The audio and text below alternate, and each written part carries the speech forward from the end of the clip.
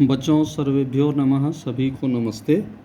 आइए आज हम कक्षा 10वीं के एकादशः पाठः के अभ्यास प्रश्न की ओर बढ़ते हैं। पिछले वीडियो में बच्चों हमने पाठ के अर्थ को दो भागों में देखा था। आज हम इसमें सम्मिलित करते हैं अभ्यास प्रश्न को। तो अभ्यास प्रश्न में जाएं उससे पहले आइए मैं आपको स्क्रीन में दिखाना चाहता हूं कि हमारे पाठ में आए हुए शब्दार्थों को। तो ये आप अपने स्क्रीन में शब्दार्थों को देख पा रहे हैं। इसे एक एक करके आप देखिए और इसे आप नोट करेंगे और नोट करते हुए इसे याद भी करेंगे। तो इस तरह ये देखिए स्क्रीन में हमारे जो पाठ में आए हुए पूरे शब्दार्थ दिखाई दे रहे हैं। इन सभी शब्दार्थों को नोट करना होगा और याद भी करना होगा। तो आइए हम बढ़ते हैं अभ्यास प्रश्न की ओर। तो बच्चों ये देखिए आपकी स्क्रीन में दिखाई दे रहा है जो हमारा पहला पॉइंट है, अधोलिखितानां प्रश्नानां उत्तराणि संस्कृत भाषायां लिखत। नीचे जो दिए हुए प्रश्न हैं उनके उत्तर हमें संस्कृत में देना है। यहाँ देखिए क, ख, ग, घ और अंगा, ये अंगा तक च तक दिया हुआ है। तो इस तरह से इन प्रश्नों के उत्तर हमें संस्कृत में देना है। तो मैं देखिए यहाँ जो जैसे कथम लिखा है, किमर्थम लिखा है, ये प्रश्नवाचक शब्द हैं। कथम माने कैसे, किमर्थम माने किस लिए, किम माने क्या, कह माने कौन। तो इनके नीचे अंडरलाइन मैंने किया हुआ है। इन अंडरलाइन के जगह पे जो रेखांकित शब्द हैं नीचे जो दिए हैं उसके जगह पे हम यहाँ जो मैंने लिखा है इन शब्दों का प्रयोग करेंगे तो वो उत्तर बनेगा। अब देखिए पहले में मैं आपको समझा रहा हूँ कि निर्धनः जनः कथम वित्तम उपार्जितवान। इसका अर्थ होता है जो निर्धन व्यक्ति है वो कथम माने कैसे, वित्तम उपार्जितवान माने धन उसने कैसे इकट्ठा किया। तो कथम के जगह में हम लिखते हैं भूरि परिश्रम्य माने बहुत ज़्यादा परिश्रम करके। इसको अगर हम कथम के जगह में लिखते हैं तो ये इसका उत्तर बन जाता है।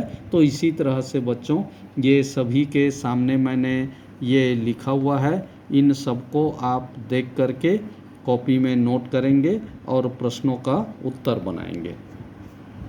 तो आइए अब हम बढ़ते हैं दूसरे पॉइंट की ओर।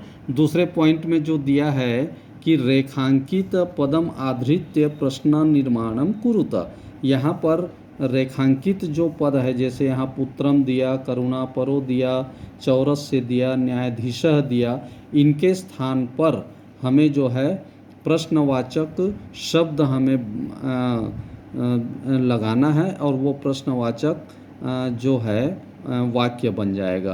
तो पुत्रम के जगह में हम कम लिखेंगे, करुणापरो के जगह में केनापरो लिखेंगे, चौरस्य के जगह में कस्य लिखेंगे, न्यायाधीशः के जगह में कह लिखेंगे। और इस तरह से अंगा में सह के जगह में कह लिखेंगे, उभौ के जगह में कौ लिखेंगे। तो ये प्रश्नवाचक वाक्य हमारे बन जाएंगे। तो आइए ये सेकेंड पॉइंट के बाद हम बढ़ते हैं तीसरे पॉइंट की ओर। यहाँ जो दिया हुआ है कि संधि ऑब्लिक संधि विच्छेदम च कुरुता, किसी में संधि करना है, किसी में संधि विच्छेद करना है। तो ये जैसे पहला दिया पदाति रेव, तो पदाति ही प्लस एव, ये इसका संधि विच्छेद है। निशांधकारे, निशा प्लस अंधकारे, ये इसका संधि विच्छेद है। अब इसके आगे ग में देखिए अभि प्लस आगतम अभ्यागतम, भोजन प्लस अंते भोजनांते, चौरो अयम का संधि विच्छेद करना है, चौरह प्लस अयम, गृह प्लस अभ्यंतरे गृहाभ्यंतरे। इसी तरह से यहाँ पर और दो तीन शब्द यहाँ दिए हुए हैं संधि विच्छेद, इसे आप देखेंगे और इसको नोट करेंगे। इसके बाद आइए हम बढ़ते हैं चौथे पॉइंट की ओर। देखिए बच्चों चौथे पॉइंट में जो दिया हुआ है कि अधोलिखितानि पदानि भिन्न भिन्न प्रत्ययान्तानि सन्ति तानि पृथक कृत्वा निर्दिष्टानां प्रत्ययानां अधः लिखत। यहाँ पर भिन्न भिन्न पद दिए हुए हैं और दूसरे दूसरे प्रत्यय के ये दिए हैं, उनको हमें अलग अलग करना है। अब जैसे यहाँ पर ल्यप प्रत्यय दिया है और कत प्रत्यय दिया है, कतवतु प्रत्यय दिया है और तुमुन प्रत्यय दिया हुआ है, तो इन प्रत्ययों को हमें अलग अलग इनमें से छांटना है। तो देखिए ल्यप प्रत्यय में यहाँ पर ये 4-5 ल्यप प्रत्यय के शब्द हैं, कत प्रत्यय के 3 हैं और इस तरह कतवतु के हैं, इसी में से हमने छांटा हुआ है। और यहाँ पर तुमुन के इतने प्रत्यय हैं। तो इस तरह से इसको आपको नोट करना है। तो आइए हम बढ़ते हैं अगले पॉइंट की ओर। तो अगले पॉइंट में देखिए बच्चों क्या बता रहे हैं, भिन्न प्रकृतिकम पदम चिनुत, अर्थात इसमें जो ऑड वर्ड जिसको हम कहते हैं कि इन जो शब्दों से अलग है उस शब्द को हमें खोजना है। तो जैसे यहाँ विचित्रा, शुभावहा, संकया, मंजूषा, तो ये मंजूषा इन तीनों शब्दों से भिन्न है। इसी तरह से यहाँ पर जो राइट दिया हुआ है वो मैंने दे दिया है, उसे आप देखिए और नोट करेंगे। तो आइए हम बढ़ते हैं अब 6वें के क पॉइंट में। निकषा प्रति इति अनयोः शब्दयोः योगे द्वितीया विभक्ति भवति। उदाहरणम अनुसृत्य द्वितीया विभक्तेः प्रयोगं कृत्वा रिक्तस्थानानि पूर्तिं कुरुत। निकषा शब्द में और प्रति में यहाँ पर द्वितीया विभक्ति का प्रयोग होता है। तो यहाँ कुछ खाली स्थान दिए हुए हैं, उनको हमें द्वितीया विभक्ति का प्रयोग करते हुए यहाँ पर प्रयोग करके ये रिक्त स्थान में पूर्ति करना है। क में जैसे दिया ग्राम, तो यहाँ ग्रामम बनेगा। ख में दिया यहाँ पर नगर, तो नगरम बनेगा। इसी तरह से यहाँ पर क ख ग घ तक ये शब्द दिए हैं, यहाँ पर खाली स्थान में मैंने उसको भर दिया है, आप देखेंगे और उसको नोट करेंगे।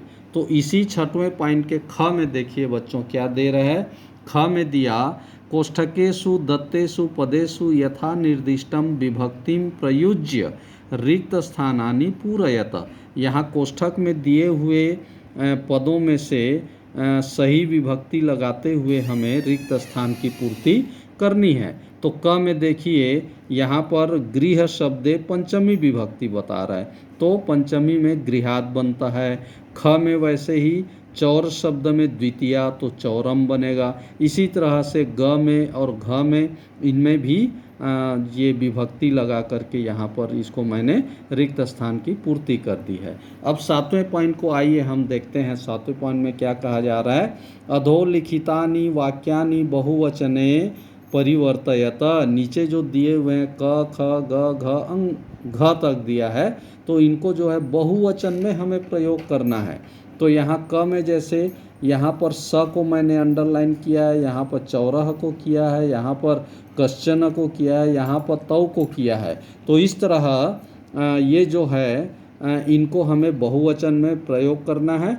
तो यहाँ देखिए बच्चों, ये सामने में मैंने लिख दिया है ते, और कृतवान के जगह में कृतवंतः बनेगा।